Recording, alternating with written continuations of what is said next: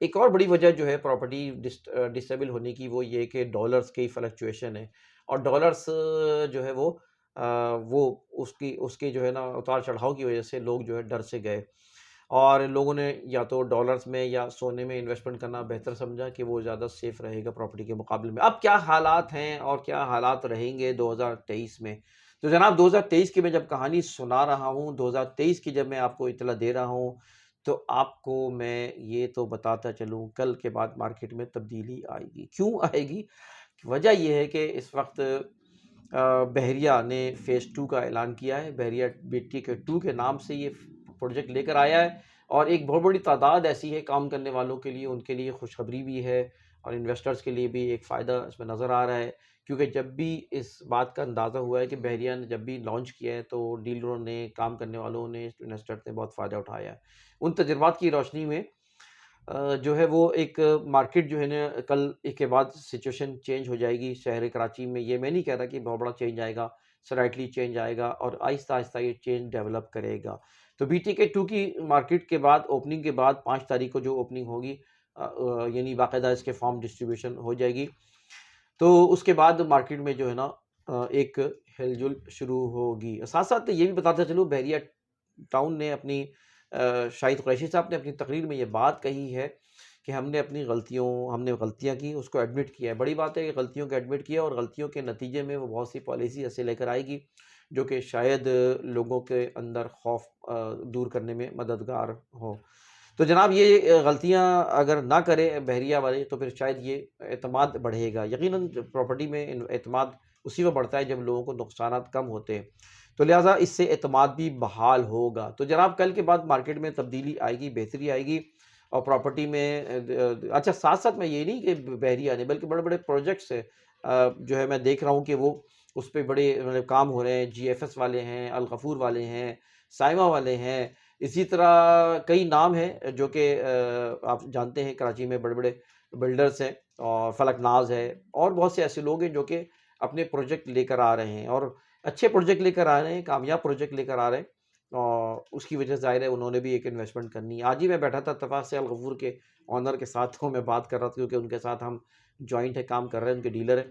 اور جس طرح وہ اپنے عزم اور ارادے کا اظہار کر رہے تھے، جس طرح اعتماد سے اپنے ڈیولپمنٹ پہ فوکس کر رہے ہیں وہ یقیناً ڈیولپمنٹ جس طرح انہوں نے گرینڈ سٹی میں کی، اور اسی طرح اب یہاں پر وہ کریں گے، جس طرح فیز 2 میں آ رہے ہیں، اور فیز 1 میں ڈیولپمنٹ کا جو کام جو انہوں نے یقین دلایا، جس طرح انہوں نے ان کے کانٹیکٹ دکھائے مجھے، جن بڑے جو ہے اداروں کے ساتھ انہوں نے کانٹیکٹ کیا ڈیولپمنٹ کا، جس طرح کی سڑکیں بنا رہے ہیں، جس طرح کے وہ عزم رکھتے ہیں، تو میں سمجھتا ہوں کہ یہ بھی ایک اچھا ہلچل ہوگی اسکیم 45 میں۔ تو میں نے بتایا کہ اب یہ بلڈرز پیچھے نہیں ہٹیں، بلکہ اس وقت کو دیکھ رہے ہیں، اور ان کے بھی الفاظ یہ ہیں کہ آنے والا وقت بہتر ہے۔ اچھا یہ کب تک یہ بہتر رہے گا؟ ایک مسئلہ اور بھی ہے، اس وقت جو ہے نا صورتحال اس وقت یہ ہے کہ کیونکہ کاروباری حالات اچھے نہیں ہیں، لوگوں نے انویسٹمنٹ کر کے دیکھ لیا، پھر ریٹرن ہوئے ہیں، لوگ انویسٹمنٹ کرنا چاہتے ہیں، گورنمنٹ چاہتی ہے بلا شبہ کہ پراپرٹی میں سے ہٹ کر لوگ دوسری جگہ انویسٹمنٹ کریں۔ میں بھی اس کو اپریشیٹ کرتا ہوں کہ صرف پراپرٹی نہیں، بلکہ کیونکہ جمود کا شکار ہو جاتی ہے، پیسہ پھنس جاتا ہے، یہی پیسہ اگر رول ہو، حالانکہ پراپرٹی بھی جب رول ہوتی ہے تو اس سے بھی لوگوں کا روزگار بنتا ہے، لوگوں کا کام چل رہا ہوتا ہے، دکانیں اور گھر کے مطلب یہ کہ معاملات جو ہیں وہ وابستہ اس سے ہوتے ہیں۔ لیکن اس وقت کیونکہ کاروبار میں دھچکوں کی وجہ سے، کاروبار میں غیر یقینی کیفیت کی وجہ سے، امپورٹ ایکسپورٹ کی وجہ سے جو بڑا پیسہ وہاں ہے، وہ بالآخر مجبور ہو رہا ہے کہ یار کیا کریں۔ چلو پراپرٹی میں چیز ضائع تو نہیں ہوتی ہے، اس کو کوئی خرچہ تو نہیں ہوتا، پراپرٹی لے کے ڈالو، اس کو اس کے خرچے نہیں ہوتے، اخراجات نہیں ہوتے، جو بھی رکھنے کا اس سے پوزیشن پاور ہونی چاہیے، لہٰذا وہ یہ سوچ رہے ہیں کہ یار we should come back again, investment کرنا چاہیے، اور پراپرٹی میں ایک رجحان دوبارہ پیدا ہوا ہے۔ ساتھ ساتھ یہ بھی معاملہ ہے، اس وقت جو ہے لوگ ڈالرز رکھنے میں، خریدنے میں ڈر رہے ہیں کہ ڈالرز جو ہے نا وہ انسیکیور بھی فیل کر رہے ہیں کہ کسی وقت بھی گورنمنٹ ڈالرز ضبط کر سکتی ہے، کرتی ہے نہیں کرتی، لیکن ایک خوف کی کیفیت ہے کہ بینکوں میں رکھے ہوئے ڈالر جو ہے نا وہ ضبط کر لے، کیونکہ ملک کو چلانا ہے۔ تو یہ بھی ڈالر کے اوپر جو ہے نا ایک سوالیہ نشان ہے، اور ڈالر کی مارکیٹ جو ہے نا وہ بھی اتنی زیادہ سیف محسوس نہیں ہو رہی ہے، جبکہ جو ہے غیر قانونی طور پہ آمد و رفت اس کی بھی جاری ہے اور بڑھ رہی ہے۔ تو اس لیے ڈالرز کے اوپر بھی انویسٹمنٹ میں لوگ جو ہے نا خائف ہیں، لہٰذا میں سمجھتا ہوں کہ ڈالرز کی جو ہے اچھا اب سیلاب کی صورتحال بھی واپس آ رہی ہے، ظاہر ہے اکانومی تھوڑی بہتر ہوگی اس لحاظ سے کہ سیلاب کے معاملات اب وقت کے ساتھ ساتھ بہتری آ رہی ہے اس کے اندر، اور سیلاب کے بعد جو ہے نا اب جو ہے وہ تھوڑی سی گورنمنٹ بھی اس پوزیشن میں کہ اس پہ شہر کراچی میں خود بلدیاتی انتخابات 5 جنوری کو، اللہ کرے 5 جنوری کو الیکشن ہو جائیں، اس کے خلاف سازشیں ہو رہی ہیں، اس لیے کہ شہر کراچی کے خلاف جو ہے دشمنیاں تو بہت لوگ بولتے ہیں اس کے حق میں، اور اس کے فیور میں بہت کم لوگ ہوتے ہیں جو بڑے بڑے خاص طور پہ بیٹھے ہوئے ہیں جنہوں نے ملک کو لوٹا ہے۔ لہٰذا اس وقت جو ہے نا اللہ کرے یہ الیکشن ہو جائے تو الیکشن سے بھی ایک بڑا اثر مرتب ہوگا شہر کراچی میں۔ ساتھ ساتھ میں یہ بتاتا چلوں کہ اس وقت جب تک الیکشن نہیں ہوتا ہے تو صورتحال بہت اچھی نہیں ہوگی پراپرٹی کی۔ اب الیکشن کب ہوں گے آپ خود جانتے ہیں کہ یہ بھی سر پہ تلوار ایک کھڑی ہوئی ہے۔ میں سمجھتا ہوں کہ الیکشن تو ویسے تو اکتوبر نومبر سال کے آخر میں ہونے ہیں، لیکن میری اپنی پریڈکشن یہ ہے، چھوٹا منہ بڑی بات، کہ یہ الیکشن جو ہے نا اگست کے آگے پیچھے ہو جائیں گے الیکشن۔ تو یہ میں سمجھتا ہوں کہ اگست میں الیکشن ہونے کی صورت میں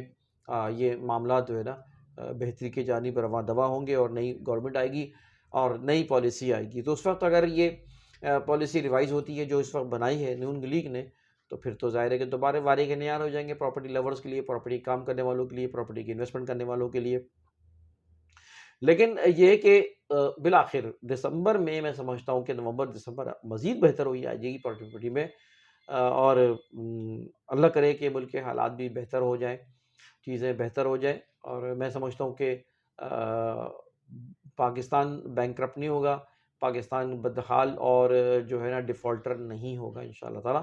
اس لیے کہ کچھ سائنز ہیں، انٹرنیشنل سائنز ہیں جس کی وجہ سے پاکستان کی اہمیت ہے۔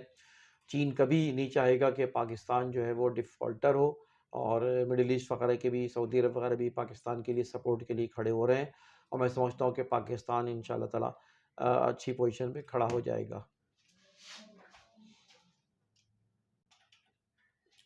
اچھا ایک اور معاملہ ایسا ہے کہ اس وقت کراچی کے حوالے سے جو سپریم کورٹ کے آرڈر ہیں، اس نے جو ہے نا یہ بات کہہ دی ہے کراچی کو اپنی اصل شکل میں واپس لانا۔ تو میں ہمیشہ اپنی ویڈیو میں کہتا ہوں خدا را آپ انلیگل کنسٹرکشن پہ نہ جائیں، انلیگل بائنگ نہ کریں، انلیگل انویسٹمنٹ نہ کریں، انلیگل جگہوں سے بچیں۔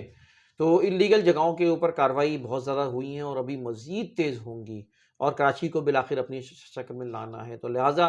میں سمجھتا ہوں کہ جو لوگ صحیح کام کرنے والے ہیں، جو جینین کام کرنے والے ہیں، جو اوریجنل ہیں، وہ ان کی مارکیٹ اچھی ہوگی، وہ فائدے میں رہیں گے جنہوں نے جینین انویسٹمنٹ کی ہے اور چیٹر نہیں ہیں، وہ بلڈر جو کہ صحیح کام کرتے ہیں، ان کے لوگ پہچانیں گے ان کو، اور سارے جو ہے نا خرافات، ساری جو ہے ان کے خلاف جو پروپیگنڈے وہ سب دور ہوں گے جو لوگ جینین کام کرنے والے ہیں۔ تو جو جینین کام کرنے والے ہیں، جینین بلڈر ہیں، جینین کام کرنے والے، ان کے لیے تو بہت ہی اچھی بات ہے کہ انلیگل پراپرٹیز جو ہے وہ گرائی جائیں گی، ختم ہوں گی، اور لیگل پراپرٹی کو اوپر ویلیو بڑھے گی، لیگل پراپرٹی پہ انویسٹمنٹ کا فائدہ ہوگا۔ ساتھ ساتھ یہ بھی بتاتا چلوں کہ کنسٹرکشن کے اندر جو ہے نا وہ بہتری گورنمنٹ لائے گی۔ میں امید کرتا ہوں، گورنمنٹ سے اپیل بھی کرتا ہوں کہ کنسٹرکشن سے ظاہر ہے کہ لوگوں کا روزگار بندہ ہوا ایک بڑی تعداد میں، سیل پرچیز سے بھی بننا ہے، لیکن کنسٹرکشن میں ایک پالیسی ریوائز ہو رہی ہے اور اس پہ سوچ بچار ہو رہا ہے۔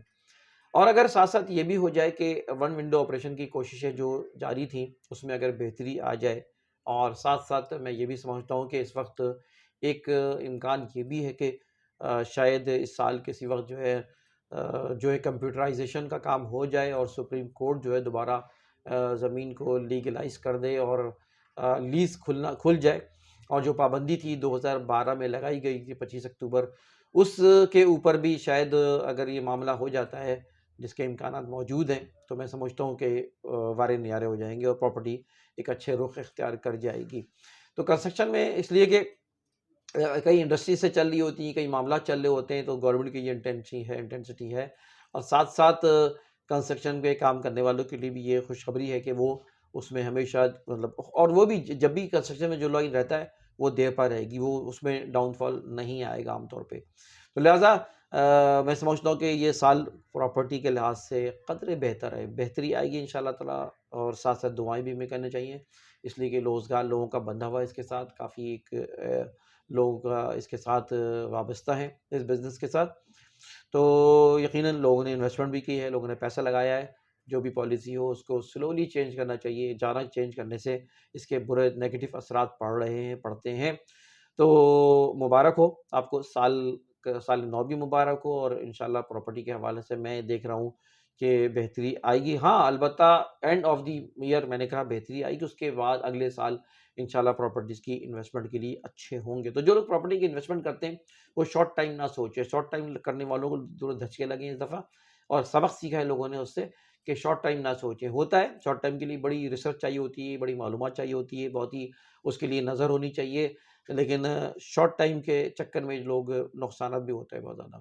تو اگر لانگ ٹائم سوچیں، 5 سال 10 سال تک جس نے پراپرٹی رکھ لی وہ سمجھ لے کہ اس کو کوئی نقصان نہیں ہوگا، بہت فائدہ ہوگا اس کا. 10 سال آنے والے 5-10 سال اس کے بعد پراپرٹی میں بہت اچھے اثرات مرتب ہونے کے امکانات ہیں. تو دوستو یہ تھی گفتگو میری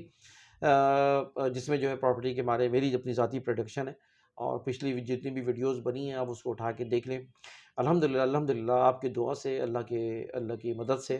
ہماری جو باتیں ہم نے کہی ہیں تقریباً پوری صحیح ویسی ہو بہو ہوئی ہیں الحمدللہ. باقی انسان ہے، غلطی ہو سکتی ہے، غلطیوں کے اوپر میں معذرت چاہتا ہوں، وہی ہے انسان ہوں. بہرحال یہ تھی آج کی ہماری ویلاگ معلومات. انتخاب سوری کو اجازت دیجیے. اجازت ہے، اگر آپ کو گفتگو پسند آئی تو ہماری گفتگو کی ویڈیو کو لائک کریں، شیئر کریں، کامنٹس کریں، سبسکرائب کریں چینل کو، اور ان معلومات کو آگے بڑھائیں. اجازت دیجیے، اللہ حافظ.